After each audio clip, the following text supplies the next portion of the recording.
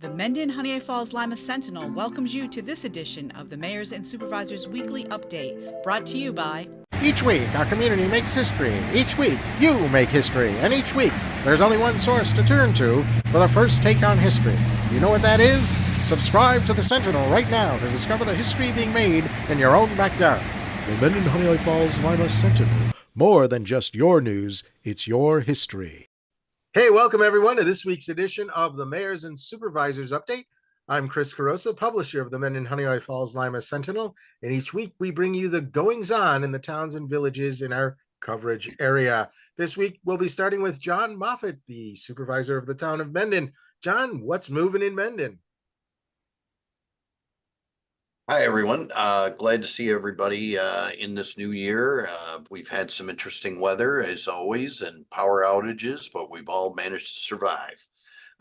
First of all, I wanted to thank our deputy town supervisor, Brent Rosick, for filling in for me last week while I was on vacation. And Brent has been on the town board for a few years. Previous to that, he was on the planning board and served as planning board chair for a few years as well. A couple of things regarding 2024 projects the town of Mendon's looking into, and we still have some ARPA funding after we finish the spray park that we'll be using to secure some of these projects. One is the community center, which also serves Legion Post 664. We're looking to put an entrance into the basement so that the Legionnaires have their own entrance. Certainly appreciate everything that the Legion does for our community. Also, our playground on Semmel Road, we had quite a few problems with maintenance there with the wood chips and things like that. So we're going to look into replacing those wood chips with another type of material that will require a lot less maintenance. Also looking to add a soccer field at Dreisbeck Fields. We've been in touch with some of our local folks from the various soccer organizations. That seems to be a need. And let's see here. The big project is sidewalks in the hamlet of Mendon. So on Route 251, which is the Victor Mendon Road, or as I like to call it, the Mendon Victor Road, going east from the hamlet up to Drumlin View, which is going up that hill. It's not going to be easy. It's not going to be cheap, but that's our goal. We have a long-term goal of going all the way to Miles Square, going north on Miles Square up to connect the linear trail, going south on Miles Square all the way back to Taylor Road, and then swinging it back down 64 into the hamlet, basically squaring it off. That's not going to be done in 1 year, I can tell you that. But we are working on sidewalk projects in the hamlet. And once again, I want to thank our deputy supervisor, Brent Rosick, who is an engineer by trade, for providing a lot of guidance through this project. Thank you. All right. Thanks, John. Now over to Rick Milne, Mayor of Honeoye Falls, also Monroe County Legislator. Rick, what's going on there? Well, it's great to see everyone today. And again, thanks as always, Chris.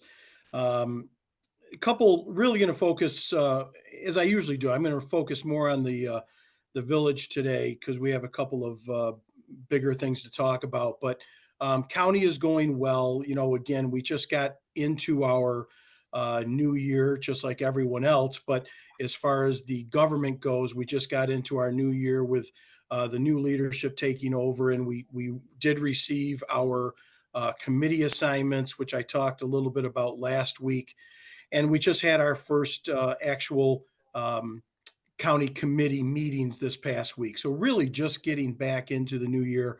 But so far, things are going very well. And again, the Monroe County Legislature is trying to work as well as we can together to move projects forward. And as we get into the next couple of months, a real focus, of course, will be the new projects, much like Supervisor Moffett just mentioned.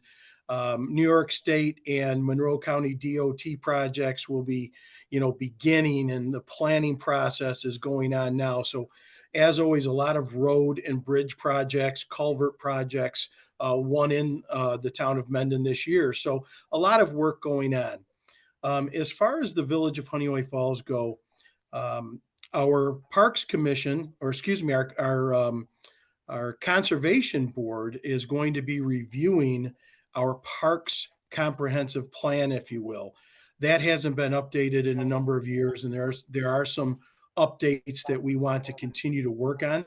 So that will be an upcoming project that we've got some great volunteers that will be working on that, and they may end up calling out for some assistance depending on where this project goes. Um, I also spoke a little bit last week about some of our fantastic grant opportunities that we've been given, but I wanted to update a little bit more about the sidewalk project on West Main Street in front of the United States Post Office. We did host a meeting last week about that with the United States Postal Service. It was a fantastic meeting. We're trying to have a lot of great dialogue before this project really kicks in, because as we have to not just resurface, but rip out all the sidewalk in front of the post office, basically from Episcopal Avenue right up to Norton Street or close to Norton Street. And we're going to be doing some work across the street as well. It's going to impact the post office, and they're really working very well with us. There may be even a couple of days or a week that the post office will actually have to move some services. We're actually working with them on trying to find another location locally that their trucks can come in and deliver the mail to, and it can be sorted, et cetera, off-site from the post office. So there's a lot that's going to be going on with that, but it will be very, very well explained to people. There'll be a lot of information coming out when that does happen. And again, we're working hand in hand with the post office on this. So we're really looking forward to this project moving forward. As again, the supervisor spoke about, weather has been a very interesting thing over the last few weeks. Weather has been playing a few games with us. As they say, we're in a January thaw right now. And the weather, the weather's been extreme, right? We've gone from extreme cold to now very wet weather. We have a lot of water issues going on as the snow melted quickly. We've had very heavy rains. So a lot of water issues in and around homes due to the fair amount of snow that has melted along with the heavy rains. So flooding has been an issue for some. Please be cautious around trees, not only in your homes, but as you're walking around the village. We have a great group of people that walk around the village all the time, whether they're walking their dogs or walking around with their kids.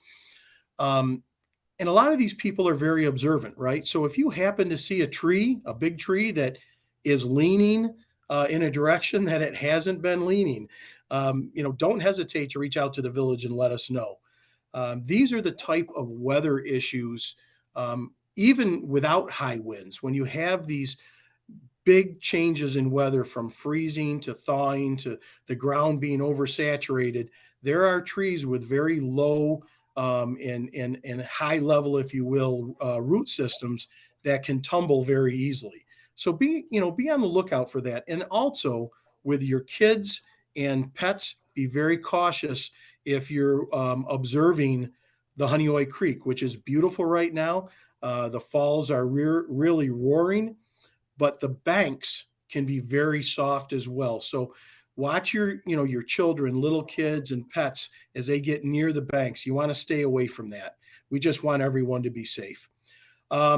The village is beginning its budget process for the 24-25 budget year, which gets passed in April of 2024. There's various open budget meetings being scheduled. These normally are held on Saturday mornings in March to review the department needs, current department budgets, and projected department budgets. Those meetings are open to the general public. They will be on our website and Facebook page, as well as in the Sentinel, of course. Those meetings are normally held at around 8 a.m. on a Saturday. They go till about 10, sometimes longer, sometimes shorter, but they will be clearly posted. And if anyone wants to attend and listen in, you are more than welcome to. This year, our biggest concern from a cost standpoint comes from a very common problem around the state, and that is the lack of continuous volunteers to respond to calls with emergency services. While we do have some incredible volunteers, in Honeoye Falls, our daytime coverage is almost non-existent. With that, the village board, we have agreed unanimously to temporarily hire per diem firefighters to cover daytime calls during the week from 6 a.m. to approximately 4 p.m. Monday through Friday. While this is costly, um, the cost of not being able to get a truck on the road and protecting residents' homes or businesses and potentially human lives is something we cannot afford. Thus, while the village has committed to this temporary solution, we will continue to look for other avenues. At the same time, should we need to continue this process, we need to plan for that in the upcoming budget process as well. And also to be as open and transparent with our residents, business owners, and our partners. We will certainly hold specialty meetings to specifically talk about this cost and how it will impact taxes potentially. Um, it's not an easy thing to talk about, but there is no easy fix. And other municipalities, not anyone that I'm working with now, but there may be some departments or municipalities that say we don't have an issue. But if they're truly a volunteer department like Honeoye Falls is right now, I have not seen or heard of any community around the state that is not under the same stress. We cannot afford to bury our heads in the sand. We have to attack this head on. And there's going to be a lot more to follow on this extremely important subject. So I just want to give people a heads up that these discussions are happening. We're looking at every avenue we can because we certainly don't want to put these full costs on our taxpayers, but we have to be able to get fire trucks out the door and responding to emergency situations in a timely fashion. So we're going to do what we need to do to ensure that that happens. And with that, certainly, as I said, more to follow. Thanks, Chris. I appreciate it. Thanks, Rick. And now over to Mike Falk, Supervisor, Town of Lima. Mike, how are we doing there? Yep, pretty good, Chris. Thank you for shepherding through the technical difficulties on this one. I am out in Batavia right now for meetings. I'm in between, so figured I would phone in. A few weeks ago, I did talk about the Livingston County Suicide Prevention Task Force and their effort to publicize car convos or car conversations.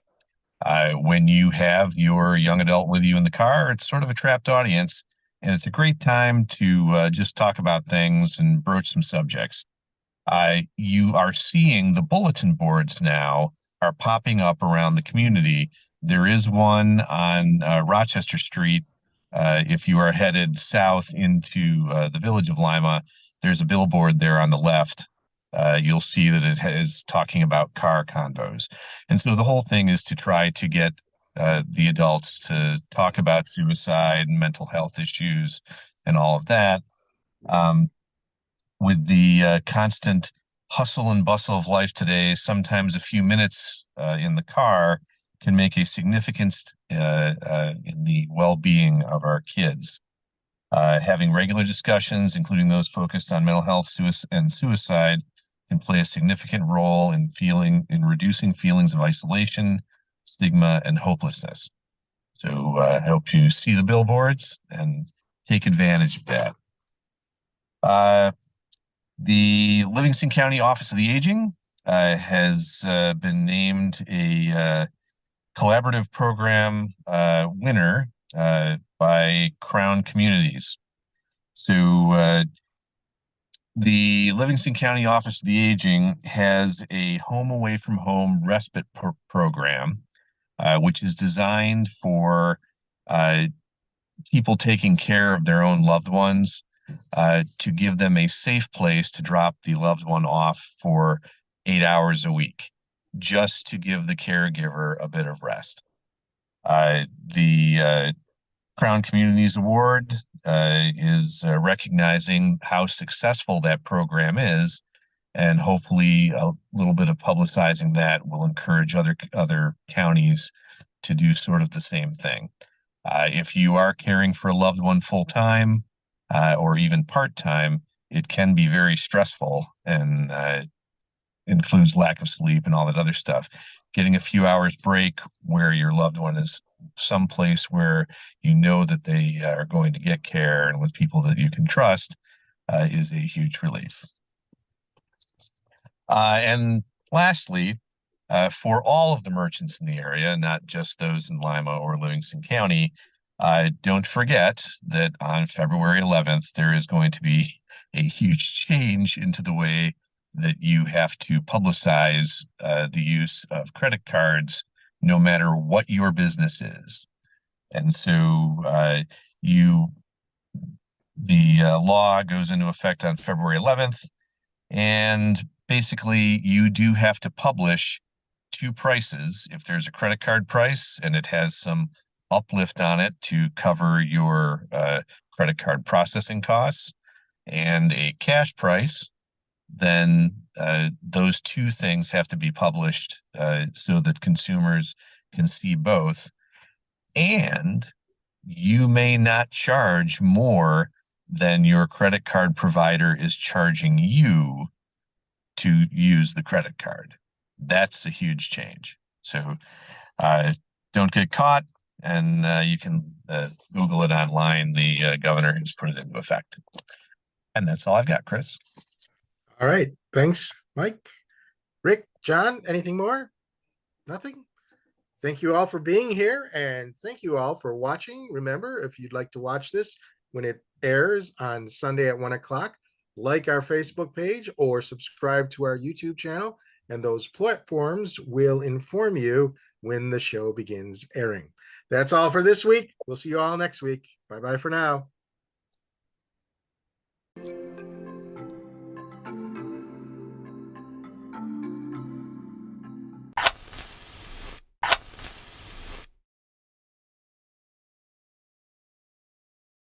Imagine yourself communicating with a difference. Pan-Dimensional Solutions helps you do this. Whether live spectator events, taped broadcasts, or real-time audience-engaging programs, you can benefit immediately from the tools Pan-Dimensional Solutions will share with you. Do you want to make a difference? Contact us at pandimensional.com.